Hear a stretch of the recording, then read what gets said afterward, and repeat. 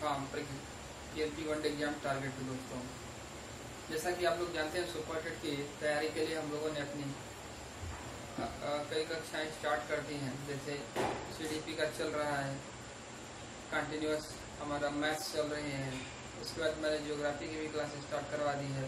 जल्दी ही modern history शुरू करूँगा। उसके बाद एंशिएंट और मिडिवल हिस्ट्री भी स्टार्ट होगी दोस्तों। इसी में आप लोगों का एक पोर्शन इंग्लिश का होता है, इसमें वोकैब बहुत ज़्यादा आती है दोस्तों। मैं डेली 10 से 15 मिनट की एक क्लास डालूंगा। डेली 2 जब वोकैब होगा, वो वोकैब की डेली डोज होंगी, उससे वो वोकैब होंगी। वोकैब बहुत सारी हैं, आपके डेली लाइफ में वोकैब मिलती है। आप पेपर उठा के देख लीजिए, हजारों वोकैब है। आपके आसपास जितनी भी चीज़ें हैं सबको इंग्लिश में कुछ न कुछ बोल सकते हैं दोस्तों। तो कितनी वोकैब याद करेंगे? तो इस समस्या को देखते हुए मैंने डेली डोज ऑफ वोकैब, मतलब जो इम्पोर्टेंट, हाईली इम्पोर्टेंट है, मतलब जो परीक्षा में आए हुए हैं और आते रहेंगे, वैसे वोकैब को मैं करवाऊंगा आपके साथ। साथ में आप भी करते रहें, अन्य वोकैब जो सोर्स हो आपकी उससे करते रहें। पर ये जो होंगे ये हाईली इम्पोर्टेंट है, जो आपको आगामी परीक्षाओं में बहुत काम देने वाले हैं दोस्तों। ये किन किन परीक्षाओं में काम देंगे? ये आपके सुपर टेट, KVS, SSSB में तो काम देंगे ही देंगे।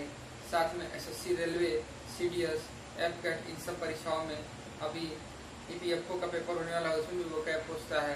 तो इन सब परीक्षाओं में ये काम देने वाले वोकैब होंगे दोस्तों। आइए देखते हैं पहले वोकैब में क्या क्या कवर होता है दोस्तों। वोकैब में तो बहुत कुछ कवर होता है, लेकिन आपको पहले एंटोनिम एंड सिनोनिम, दूसरा वन वर्ड सब्स्टिट्यूशन,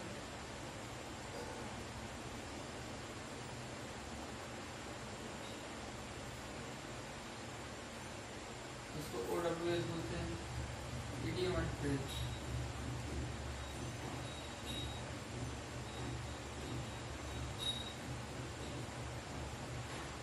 ये चीजें मेनली कवर होती हैं दोस्तों। फिर इन द ब्लैंक्स के लिए वोकैब में ही आपका प्रीपोजिशन भी आ जाता है, वोकैब में ही आपका फ्रेजल वर्ब भी आ जाता है दोस्तों। ठीक है, तो ये सारी चीजें होती हैं, लेकिन हम इन चीजों को डेली डोज में अपने पढ़ते रहेंगे दोस्तों। एंटोनिम सिनोनिम का हम लोगों का ये तरीका होगा कि मैं वोकैब लिखूंगा, उसका मीनिंग बताऊंगा आपको, आप उसका एंटोनिम और सिनोनिम अपने से मोबाइल से खोजेंगे। 2 एंटोनिम, 2 सिनोनिम दोस्तों। इसका वन वर्ड सब्स्टिट्यूशन कराऊंगा, एक सेंटेंस लिखा रहेगा, उसको एक शब्द में क्या कहते हैं, इसी बोलते हैं वन वर्ड सब्स्टिट्यूशन दोस्तों। जैसे हिंदी में बोलते हैं ना कि अनेक शब्दों का एक शब्द, वही है one word substitution. Idiom and phrase, idiom and phrase का मतलब होता है कुछ कहे रहेगा दूसरा, इसे बोलते हैं लोकोक्तियां, मुहावरे हिंदी में। ये क्या है कि जैसे 9 2 11 हो जाना, हिंदी में बोलते हैं, यानी भाग जाना। अर्थ भाग जाना होता है, पर हम 9 2 11 बोलते हैं हिंदी में। उसी तरह इंग्लिश में भी हम बहुत सारी चीजें होती हैं जिन्हें उसके यूजुअल मीनिंग पे जाएं, उसके जो व्यवहारिक मतलब होता है उसमें दी जाए, तो लिटरल मीनिंग बहुत अलग होती है, पर उसकी यूजुअल मीनिंग बहुत अलग होती है। मतलब उसकी जो रियल मीनिंग होती है अलग होगी, और उसका जो शाब्दिक अर्थ होता है वो अलग होता है। जैसे आयरन व्हील, आयरन का मतलब लोहा हो गया और व्हील का मतलब इच्छा हो गया, पर आयरन व्हील का मतलब होता है ऐसा व्यक्ति जो दृढ़ इच्छा शक्ति वाला हो, आयरन व्हील पर्सन हो गया। तो मैं बात, जैसे आप पूछते हो एप्पल पाई ऑर्डर, अब एप्पल पाई ऑर्डर का मतलब क्या हुआ? अब ऐसे यदि इसकी लिटरल मीनिंग देखें तो बहुत अलग आती है, पर एप्पल पाई ऑर्डर कहते हैं हर चीज को सुव्यवस्थित हो जाना। बोन ऑफ कंटेंशन बोलते हैं झगड़े का कारण होना। ऐसे बोन ऑफ कंटेंशन, बोन माने हड्डी, कंटेंशन माने कुछ, मतलब इस तरह से आप देखेंगे दोनों का अलग अलग मतलब है, लेकिन जब एक साथ जुड़ते हैं तो एक तीसरा अर्थ देते हैं। लोकोक्ति और मुहावरे आप इसी तरह देखेंगे, इंग्लिश में भी लोकोक्ति और मुहावरे होते हैं दोस्तों। अब हम आज पहला दिन है इसलिए हम कुछ कम, लेकिन आज श्री गणेश कर देते हैं। ठीक है दोस्तों, आइए देखते हैं दोस्तों। ये देखिए 5 वोकैब लिखे हुए हैं, इनकी मीनिंग मैं बता रहा हूँ। ये किसी न किसी एग्जाम में आए हुए हैं दोस्तों, और आगे आप इनको किसी न किसी एग्जाम में देखते रहेंगे दोस्तों। पहला है अबास, इसको बोलते हैं अबैस। अबैस का मतलब होता है किसी को नीचा दिखाना, डिग्रेड कर देना। सुनिए एक बार, ABASE, अबैस का मतलब होता है नीचा दिखाना, डिग्रेड करना। समझे एक बात, तो आपको याद रखना अबैस, अबैस का मतलब नीचा दिखाना, इसका मतलब होता है इंग्लिश में डिग्रेड करना। और सेम प्रोनाउंसिएशन के साथ अलग वोकैब है ये ABASH, इसको बोलते हैं अबाश। अबाश का मतलब होता है लज्जित करना, टू इम्प्रेस, किसी को लज्जित कर देना।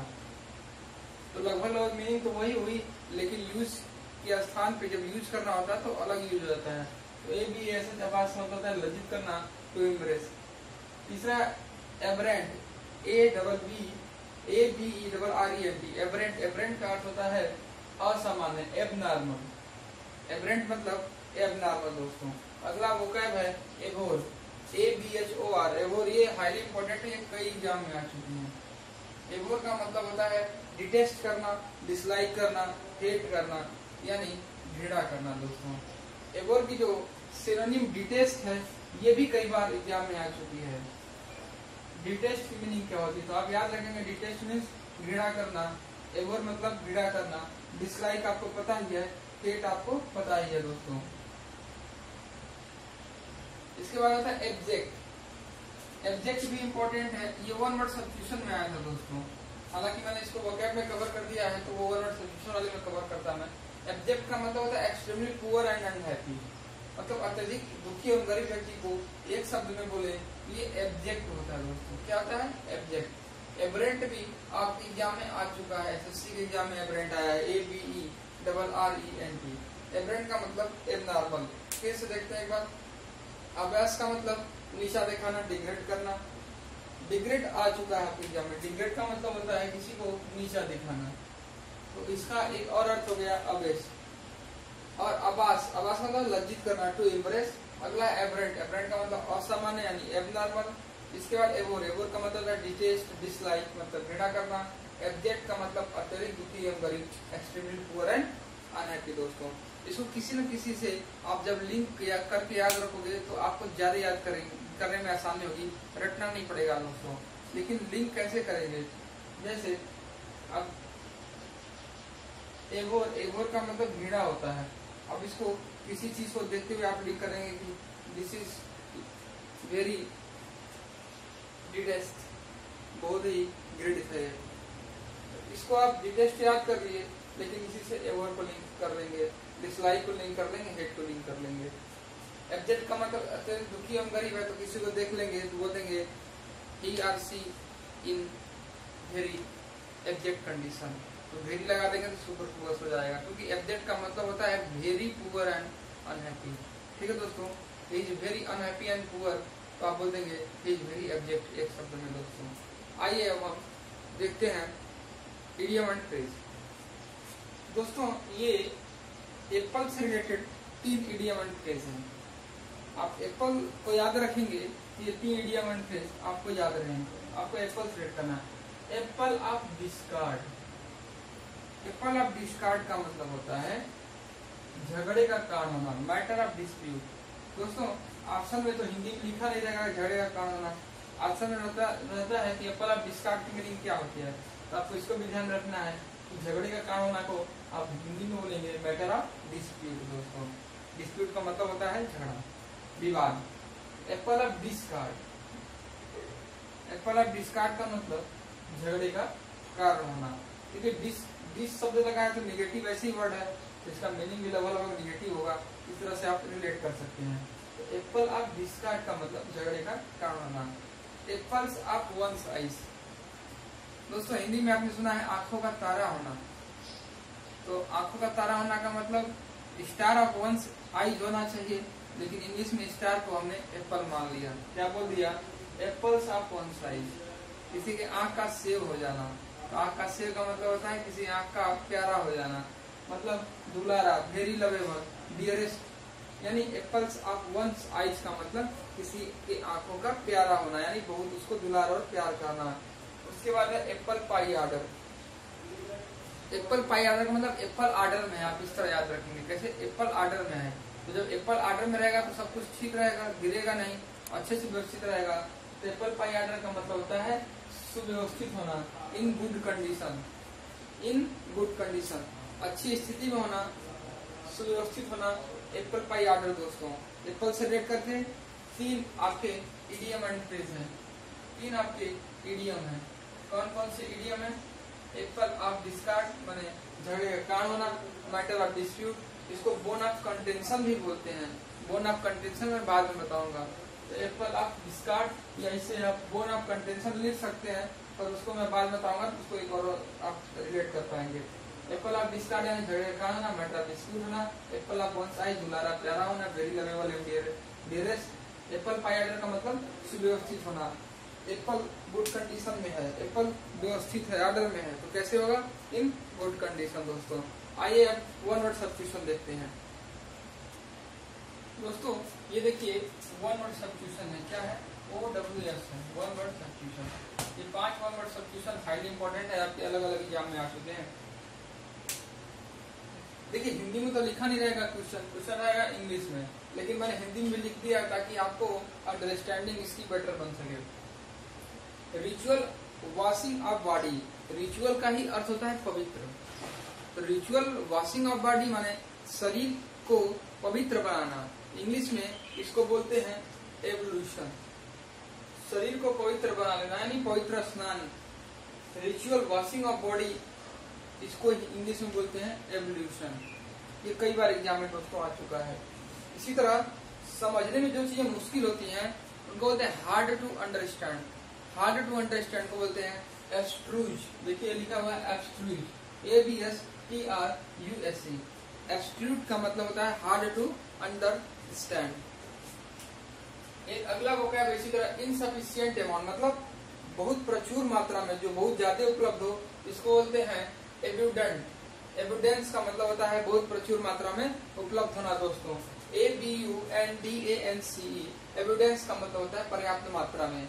Insufficient amount, someone who attack first, जो पहले आक्रमण कर देता है उसको एग्रेसर बोलते हैं। AGGRESSOR, AGGRESSOR, एग्रेसर का मतलब होता है वन हु अटैक फर्स्ट, जो पहले आक्रमण कर देता है। अलाउंस, देखिए जब डिवोर्स हो जाता है पति पत्नी का, तो पति को कुछ अमाउंट देना पड़ता है पत्नी को उसकी जीविका चलाने के लिए, वो क्लेम करती है। तो जो क्लेम का जो अमाउंट मिलता है उसको इंग्लिश में एलिमनी बोलते हैं। क्या बोलते हैं? एलिमनी बोलते हैं। तलाक के बाद दी जाने वाली पत्नी को रकम को क्या बोलते हैं? एलिमनी। ये पता है एलिगरी, एलिगरी अलग चीज है, उसको मैं बात बताऊंगा, लेकिन आप समझेंगे एलिमनी क्या होता है। Allowance fixed after divorce to wife, divorce के बाद वाइफ को जो फिक्स अलाउंस मिलता है पति के द्वारा, वो क्या होता है?